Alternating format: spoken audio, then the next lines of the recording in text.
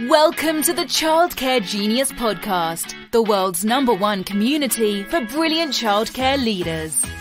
Each episode will feature interviews with the brightest minds in the childcare industry to guide you into becoming a smarter business leader.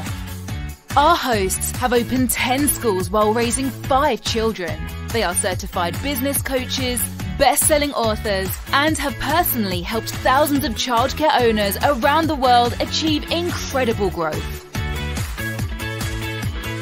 Let's welcome to the Childcare Genius Podcast, Brian and Carol Dupre.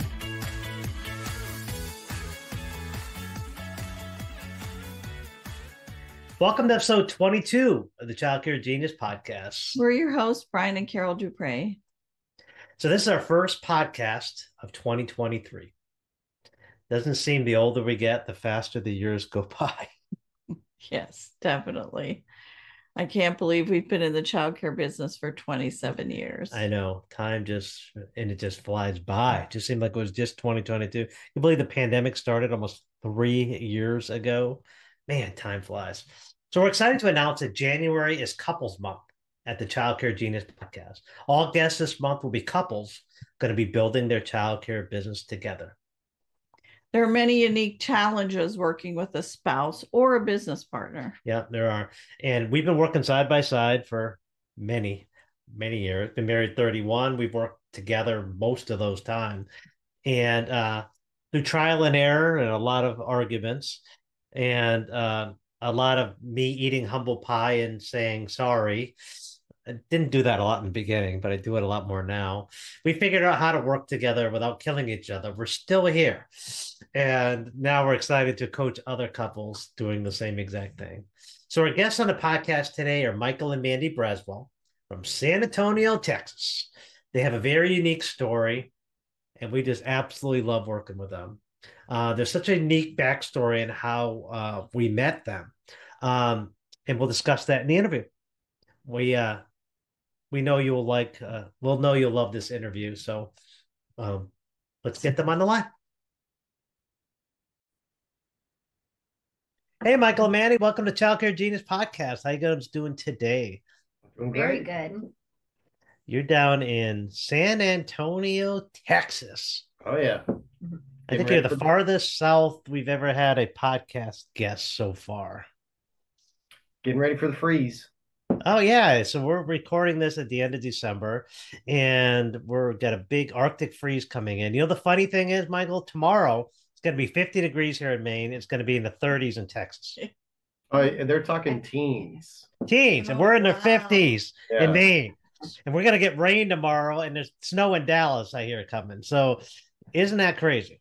It's beyond crazy. So everybody's kind of freaking out because of the winter storm. What was that, 2 years ago? Yeah. That we had down here. And so, yeah, you can't even go and find anything to winterize your house at this point. Everything's been stripped from the stores. Yeah. That's funny. Yeah, I always thought you go to different parts of the country, you know, 1 inch of snow can cripple a city. We get 3 feet of snow and there's school the next day, you know, like plow the roads and we have school. And, you know, we've only closed our school centers, I think 2 times in 24 years. And that was just where the state shut down the roads. The only time we ever close is if the states shut down the roads, because you have to learn to live with it, because it snows here every other day. We'd have to close all winter. You know, you learn to live with it. Oh, in San Antonio, if there's threat of snow, they close everything. And so, nobody knows how to drive in it. One snowflake and they're all like off the road. Oh, yeah. Everything's relative. And what's your temperature? Just curiosity. What temperature the kids don't go outside above what? Or below what? 42.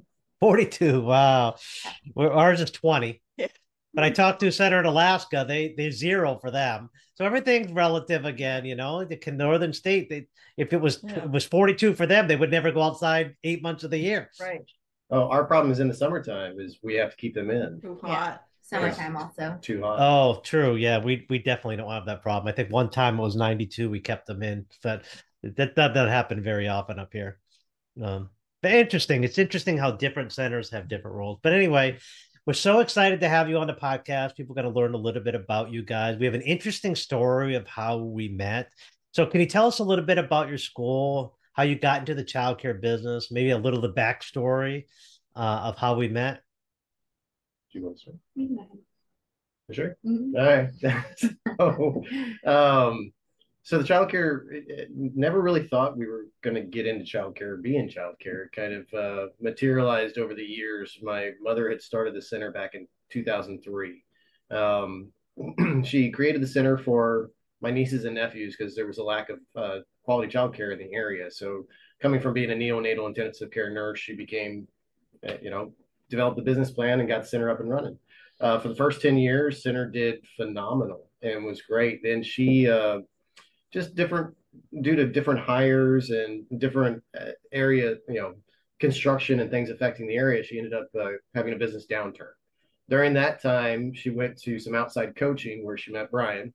And then Brian basically helped her along. And at that time, I think Mandi was actually working at the center. I was already the director. Yep. Been the director for about 5 years now, but at the time I was about a year in. Yeah. So, and then I was in the hospitals. So I basically, from my acumen, my background is all business. So I came in and during her times that she was struggling, helped her reduce her operating costs, renegotiate with her vendors. I mean, help everything kind of streamline, almost the same kind of coaching you were giving on her, you were giving her on your side. I was actually just digging in and helping her implement those things. My mom and dad are, they're very solid people, but they in a business environment, I guess they never really knew that you can ask questions or you can question the terms and conditions or you can actually set your own terms, or even holding the vendors accountable. So that was something that I helped add and bring to the table. So when it came around time of after COVID, when COVID hit, they had some very serious challenges. With me being in the healthcare industry, I knew that the message was we had to get everything that we did, we had to get communication out to the parents. So even if we didn't know the answers, we have to tell them we don't know all the answers right now. Let's get everything out there. So it was something that I was able to come in, help, jump in, and do. During that time, I've wrapped my hands around pretty much everything in the business, and we were still going through the coaching, and that's actually how I met you. I think in Orlando, in one of the conferences, because I started going along with my mom at this time. I wasn't making any money off of it. Wasn't doing it. It was just helping family. And then it came a time that changes need to be done. And there was, we needed to infuse cash. We needed to do, other things or else the center wasn't going to be viable.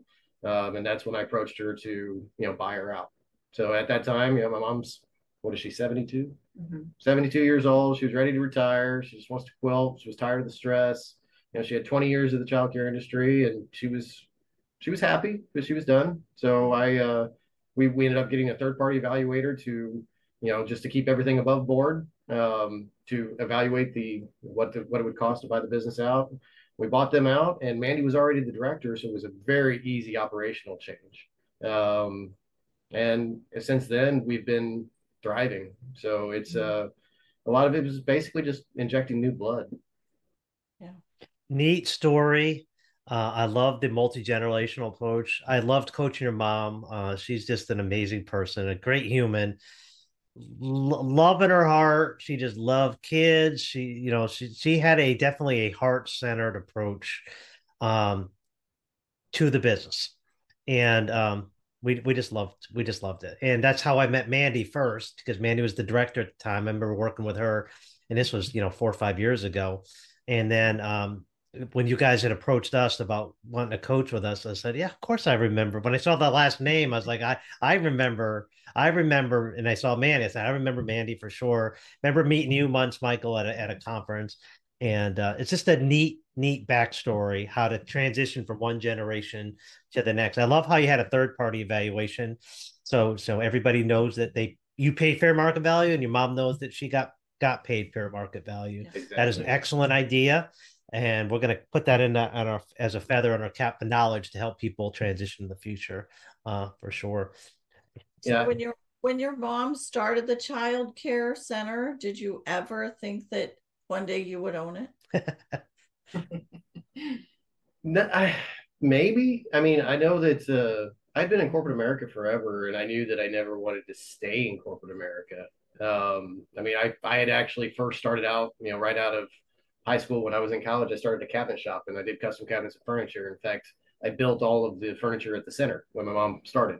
So it was, yeah, my career path has kind of gone all over the place, and really it didn't have any rhythm or rhyme. So it was, at the point, it was, I guess I was just at the right place at the right time and where I was needed.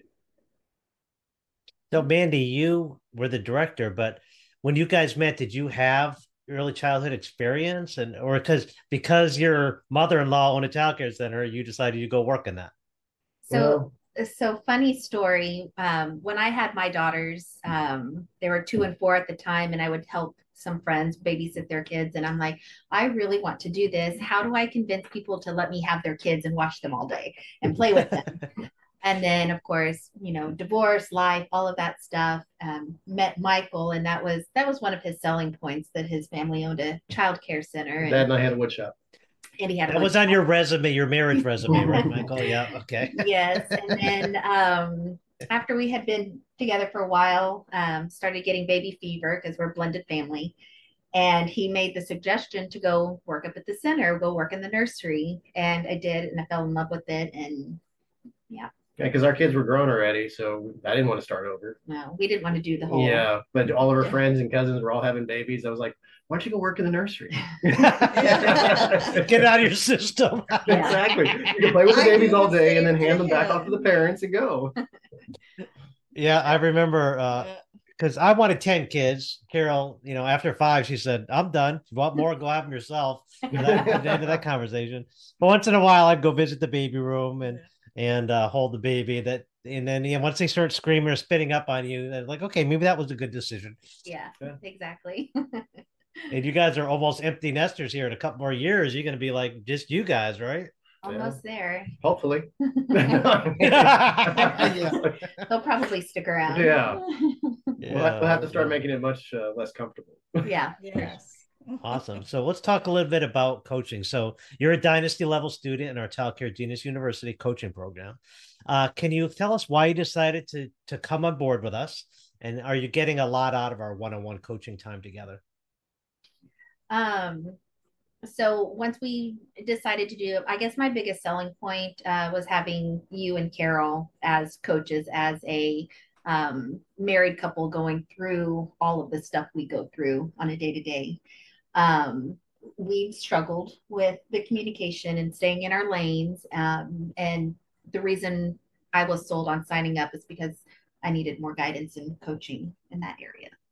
Yeah. And I would have to say on my side, in addition to that, I agree 100% with what Mandi just said as well. We have, we've defined some very good lines. We cross sometimes. But I think the main point was, like I mentioned before, it's been corporate America. So it's, when you're paycheck to paycheck, and you have money going in 401k, you have money going to savings, you aren't really doing any investing, you're not really doing anything extra, you're not, growing a business. So those things aren't taught. I mean, I guess like if I went back and got my MBA and, went through all of that, but then I wouldn't be practically applying it. So at the same time, so it was more of a way to gather that continuing education and be with people who are actually going through things that I can sponge off of, and get advice as far as, if we have extra money sitting around, what should we do with it? How do we strategically plan for the future? How do we get, that's the level we're at now. I mean, before, it was, back when you were coaching my mom and we were, growing, it was, how do we fill the center? Well, we filled the center. Well, okay, then the next was, all right, well, what's our next step? Well, let's buy the building. So we're buying the building, so then we got to expand and do additional sites. Well, let's be around people who are opening up additional sites and have that experience and advice. So overall, we just felt that we're at that level. And then honestly, Brian, the comfort level of working with you and honestly being able to be completely open. And it's not like we're holding our cards against our chest. It's like, okay, you've lived this, proof's in the pudding. And I guess for me, I trust people who've already been there. I appreciate that, Michael. And one thing, Carol and I are very open and candid about the problems we've had working together. It hasn't been always easy, and we're an open book. with finances, we've been bankrupt. We lost everything. And we don't hide anything from anybody, because if we're honest, we could help other people to avoid the mistakes that we made. And that's our job as coaches, is to help you avoid the mistakes we made, because we've made a lot of them over the last 30 years. But the good thing is we're still standing and we're still together. And we've still got this thing cranking now, and we figured it out. And you can learn from those mistakes. It's better to learn from other people's mistakes than learn from your own, because your own are costly. And we've learned from other people's mistakes along the way as well. And now we don't make as many. We still make them, not as many. We're not perfect, but we love helping other people. And you guys are such a fun couple to work with, and you got a great story. And we can't wait, because we're coming to San Antonio, Texas here probably in April, and we're going to do a site visit, because part of your membership, you get a free visit. We get to come spend a whole day with you. We get to go to your center, see how everything, the mechanics of it. We're going to look for your hidden blind spots. We're going to dig into your finances, like do a financial colonoscopy on your business. We're going to really look for the ins and the outs and the goodies. So what are you looking forward to the most about us coming to visit you guys? I don't know. I'm nervous. I don't know what to expect.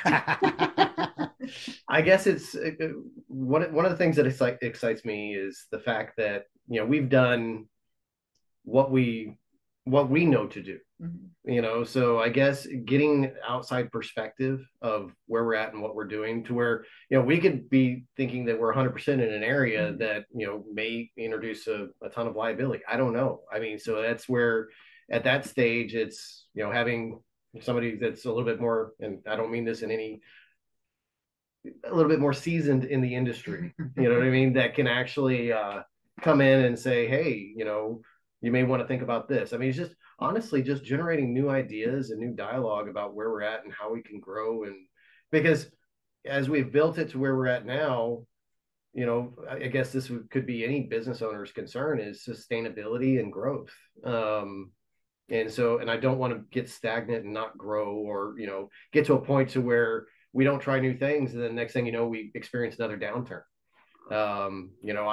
I've gone all in, I've quit the hospital. So this is now 100% my profession and our livelihood. So we're banking everything on it now. So I guess that's why, since we're banking everything on it, having an outside perspective. Make sure we're doing it right. Yeah. Love that. And another thing, Michael, when we come and visit, it's so much easier to coach somebody when you actually can see the school.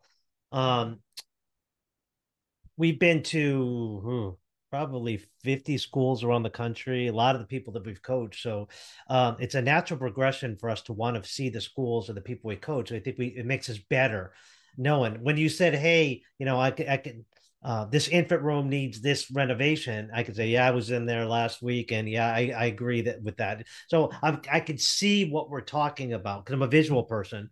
I like to see things, and a video thing just doesn't do it as good.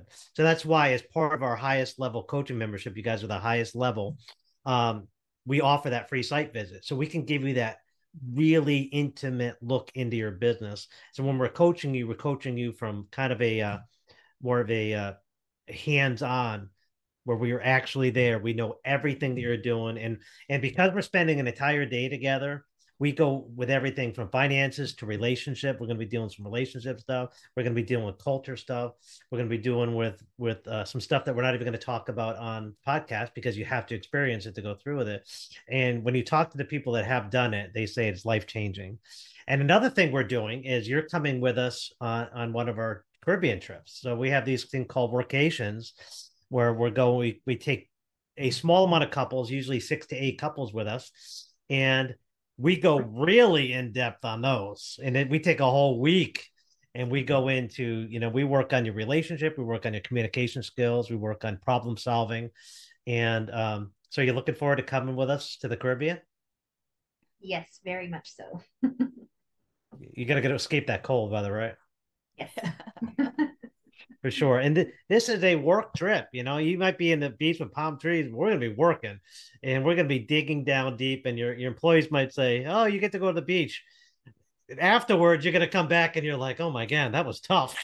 Yeah. It's not going to be easy, but it's going to be a life-changing for both of you experience. Looking forward to it. And we are definitely looking forward to it.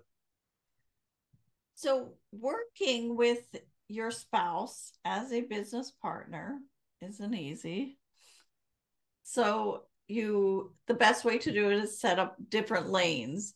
So what would you say your different lanes are? And are you pretty good about staying in your own lane? Yeah, our lanes are divided pretty clearly. I'm completely operational. I do everything at the school. I communicate with the teachers, the families, the kiddos, all of that.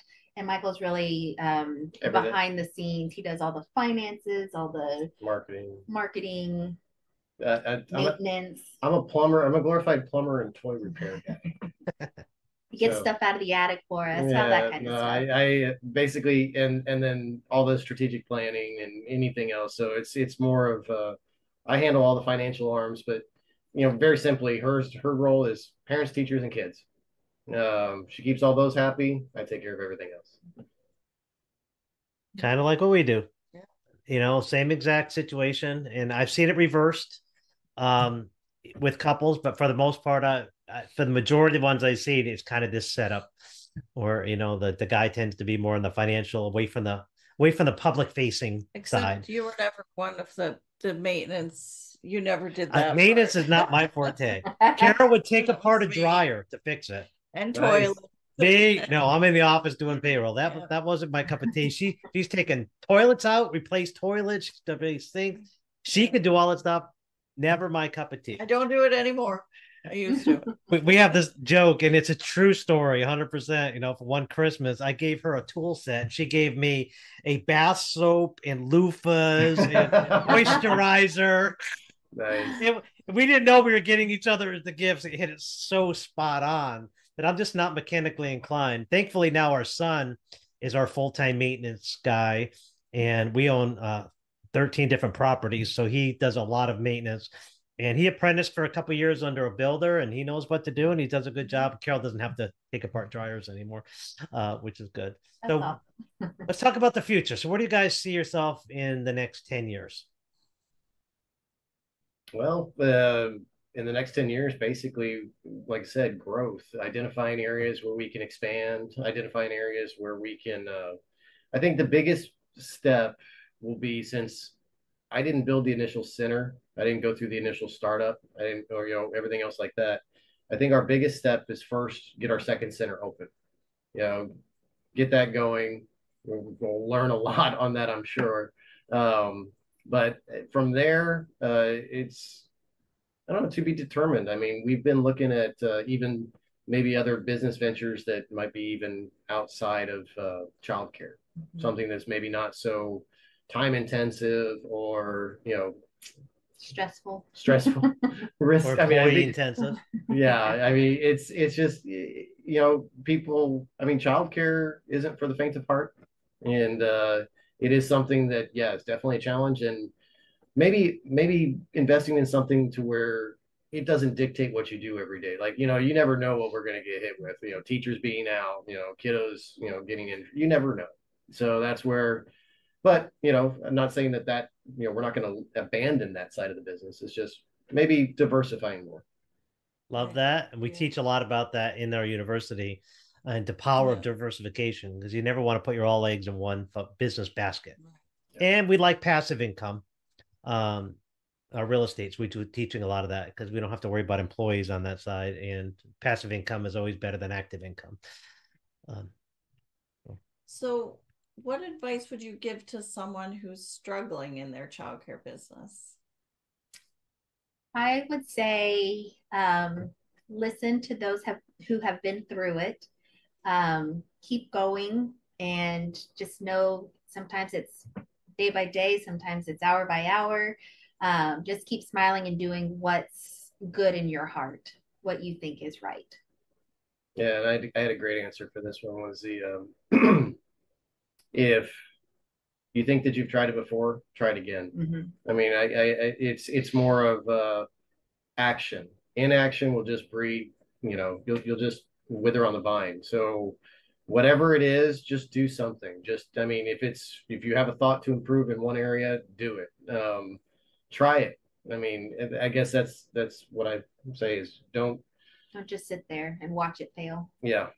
And if you are being coached, try what the coaches are saying. Because I mean, they can coach you all day long and you can pay all the money to have the coaching sessions, but if you don't do it, it won't work. Exactly.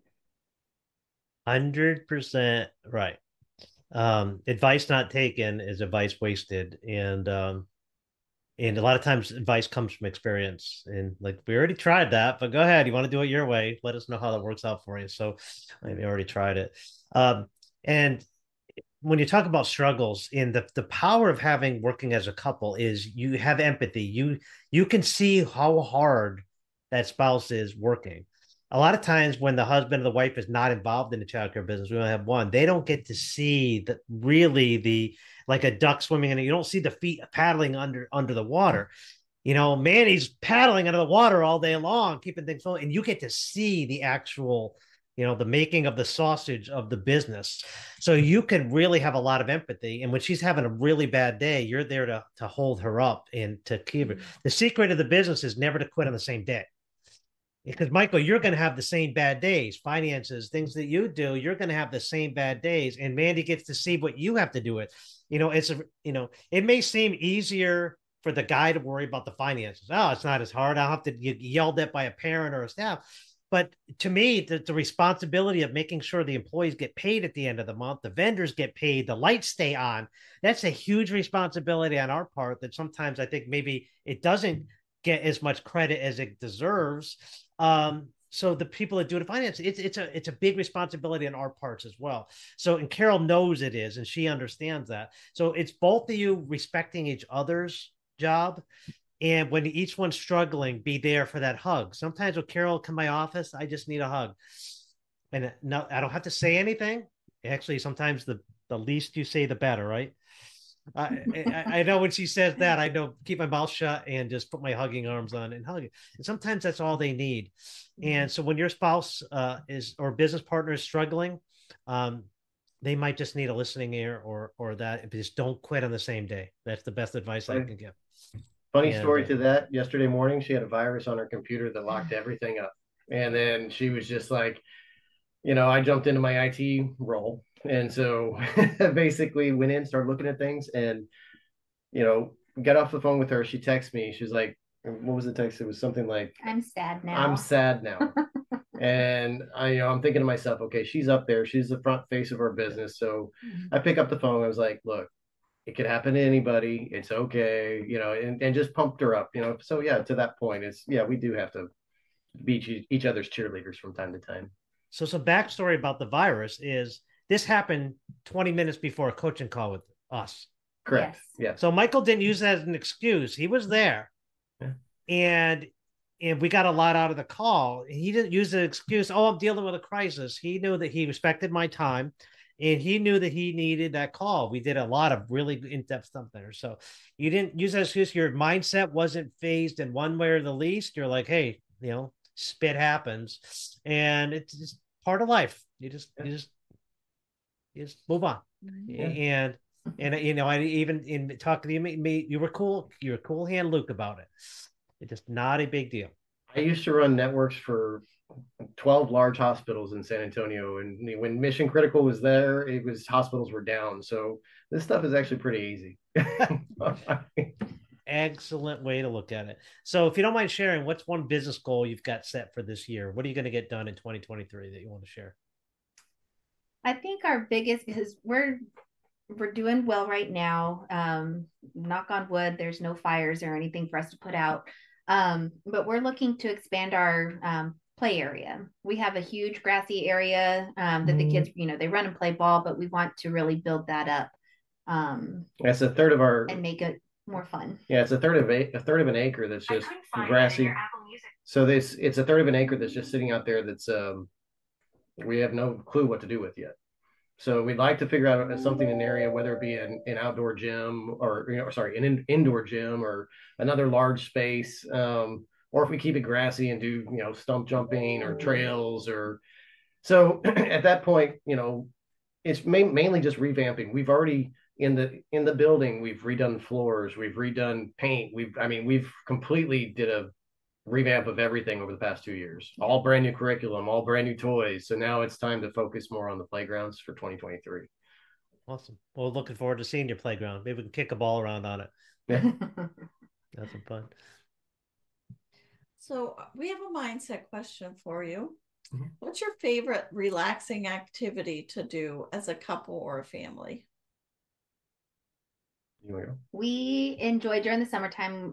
We enjoy going to the lake as a family. Our kids are 15, 16, and 17. And, we during the summer, we get to go on the weekends, almost every weekend, and hang out. My parents have the lake right on the water. So we have a house on the lake. What did I say? You have a lake on the water. That's a house on the lake. And, we go out on the boats and jet skis and just hang out and do nothing. I'd say we're pretty lucky, and the kids take it for granted. I keep trying to remind them how lucky they are to have, in the summertime, we've got, with the in-laws and us combined, it was ski boat, pontoons, jet skis. They've never been without that stuff. And so it's like, I mean, we get to explore, especially up there. It goes up the Colorado River where you have, bald eagles flying over, and it's just gorgeous. So yeah, I'd say they still like to go. So yeah, we'll take it. But yeah, I'd say that. And, when we're around here, Mandi likes to enjoy her glass of wine. We'll put on some music and we'll just sit there and do a puzzle. I mean, it sounds kind of boring, but it's, something that we can do together, and just we can still talk about things. And it's just something that I have a hard time sitting still. I have to always be doing something. Yes. And so that's where the puzzle kind of keeps my mind, and I can conversate instead of, having to be sat in a chair. We're a lot alike, and that's why we like hanging out with you guys, because we live on a lake. So, middle of the afternoon in the summertime, we have a short summer. It's just 3 or 4 months where we can get on the water. And, we have two brand new jet skis. So we'll just, Carol and I, let's go jet skiing. And we'll 60 miles an hour. We're chasing each other around the lake like fools, catching bugs in our teeth and just having the finest time. I'll crank my music up with my jet ski, and we're just going in circles. We're chasing each other, going 60 miles an hour, and just the wind just flowing through our hair. And the world, you just forget about all the stress you have. Or we'll take the grandkids out on the boat. We'll go tubing, and there's nothing like that. But yeah, you're right. Our kids, well, actually, we were very poor when a lot of them were growing up, and it's nice that they have these things now. But we kind of remind them that these are our toys. And when you want to have your toys, you go have your toys when you grow up. But these are our toys, and we have first priority on riding them. In the wintertime, we're snowmobilers. So, now it's snowmobile season. We got a lot of white on the ground out there. So Carol and I are transitioning now. Once our lake it's frozen, but it only has about 4 inches of ice on it now. But by next month, there'll be about 2 feet of ice on it. We could drive cars out on it, and we drive our snowmobiles right across the lake, and we can go anywhere in Maine in it. It's a really cool. Carol goes about 70 to 80 miles an hour on her snowmobile. I could barely catch her, and she's holding on with the handlebars, and her feet are dangling up in the air. I believe it. All I see is a big white cloud. I never can catch her. Snow cloud behind her. And talk about finding something you do. We call it recreational companionship, where we just have fun recreating together. And it's so important for couples to have that time where you get away from the business and unwind. And another recommendation is have an unplugged time. So 7:00 every night, that's Carol and I's time, where we kind of turn off the business and we turn on each other. We usually watch the TV. We hold hands a lot every night. We're holding hands, and we just watch TV, and we just kind of get back into, okay, now it's back to us time. And it's so important to go to bed and not have that business on your mind. We sleep really soundly. We had our sleep number every night on our sleep IQ bed, our sleep number bed, and we sleep like babies because we've had that unwind time. So that's a recommendation out there. If you're strong business, do not be looking at your phone doing your business to right bedtime, because you're not going to sleep as good. You're going to wake up cranky and then start the cycle all over again. Have that unwind.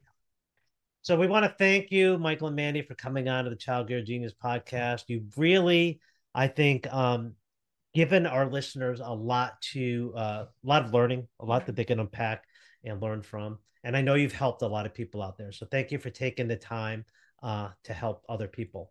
Yep. Appreciate it. Thank you for having us. Thank you. Now that's a couple that's going places in this business. They are. What a dynamic power couple. I love coaching them. And it's funny because, many years ago, I coached his mom. And I remember him meeting him at a conference, and I remember his dad on a call as well, because he was the maintenance person. And I just fell in love with them. Building a school, and we had such big plans. I'm so glad the transition to the next generation. And he gave some great advice in the interview on how to sell it to the next generation. I love that. And I'm really excited that we're going to be traveling to their school in April. I know it's going to be it's been exciting. I'm excited because we've never been to San Antonio. Yeah, we've been to Texas, been to Dallas, but I've never been to San Antonio, so it's going to be exciting. I'm also excited that we're going to be going to them on a vacation trip to Barbados in March. That's going to be exciting as well. So if you need help in your childcare business and you would like to do a free coaching call with me to help you in any area of your business you're struggling with, visit our website at childcaregenius.com, and under the coaching tab, select the free coaching call button. You're guaranteed to come away with 2 to 3 things that you can take action on right away to help you where you're struggling. And I want to leave you with one thought. Have you set your 2023 goals yet? Please sit down and take time to write out your 2023 goals and dreams that you want to accomplish. So every year we do this in January while we're laying on a beach in Jamaica. And we're actually leaving this weekend as far as recording. When you're listening to this, in a couple of days, we're going to be heading to Jamaica. So we find a quiet place. And this is where I set my book reading goals, our podcast goals. A lot of the things we're doing in business now was stuff that we talked about on an island years ago. And so what we'd like you to do is find a quiet place and start writing down your 2023 goals and your 2023 dreams and what you want to accomplish this year. And I can promise that you will miss 100% of the goals that you do not set. So this concludes episode 22 of the Childcare Genius podcast. Thank you so much for taking time out of your busy life to spend some time with us. And just a reminder to hit the subscribe button so you won't miss a future episode of the Childcare Genius podcast. We will see you next week. Bye-bye. Thank you for listening to the Childcare Genius podcast. If you enjoyed the show, please do us a favor and hit the subscribe button so you won't miss a future episode. Don't forget to visit our website at childcaregenius.com to see a list of services we offer to help your childcare business grow. Until next time, thank you for being a part of the Childcare Genius community.